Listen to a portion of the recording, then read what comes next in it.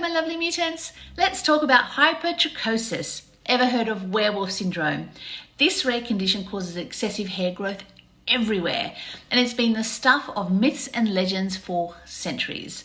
Now, I know people have previously posted on their socials about the real story of Beauty and the Beast, but there's actually more to this condition than just a fairy tale. And of course, I go into a deep dive with my podcast on Spotify, so if you want to know more, click the link in my bio.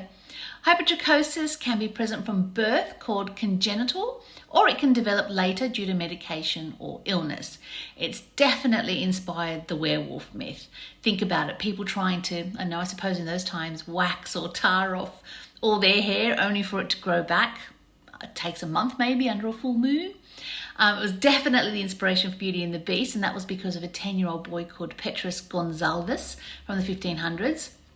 His story definitely inspired the fairy tale, as he lived in the French court with King Henri II. He was taken as a small child and kept like a little pet, a novelty to drag out at events. He was finally gifted nobility and lived to the ripe old age of 81. Then there's Julia Pastrana, who performed in freak shows, The Bearded Lady, in the 1800s. These individuals were sensationalized for their looks, but had incredible stories of resilience. If you want to know more, listen to the podcast. Now, obviously, we connect werewolves with hairy humans because people with hypertrichosis were often seen as wild or uncivilized because of the look. Combine that with hairy folklore like Yetis, Bigfoot, or even the Bible's hairy Esau, and voila, you've got the legends. And in Romania, also in the 1500s, there was a young child with hypertrichosis, and he was abandoned in the woods because of his condition, but he survived.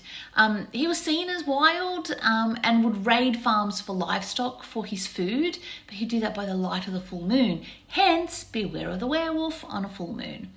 Hypertrichosis isn't just history, it's real today. I made a really lovely social friend in Jesus Aceves. I wanted to interview him, but the language barrier was a bit much for him, even with translator. Some medications even warn about side effects like facial hair. True story, my medication has this warning, and I was prepared, but I just had one chin hair. I named him Mr. Spiky. He came back every 3 months or so, like clockwork, until just one day he didn't. So R.I.P. Mr. Spiky.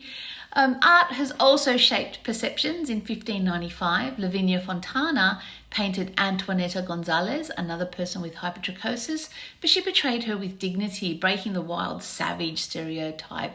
And props to Lavinia for being ahead of her time and actually being kind to somebody who was looking a bit different. And of course, we all have those wild werewolf books, movies, and series. One of my favorites is Werewolf in London. So, hypertrichosis teaches us one thing: we've got to stop fearing what's different and start celebrating it, because at the end of the day, our quirks, it's what makes us human. Perfectly imperfect and mutant.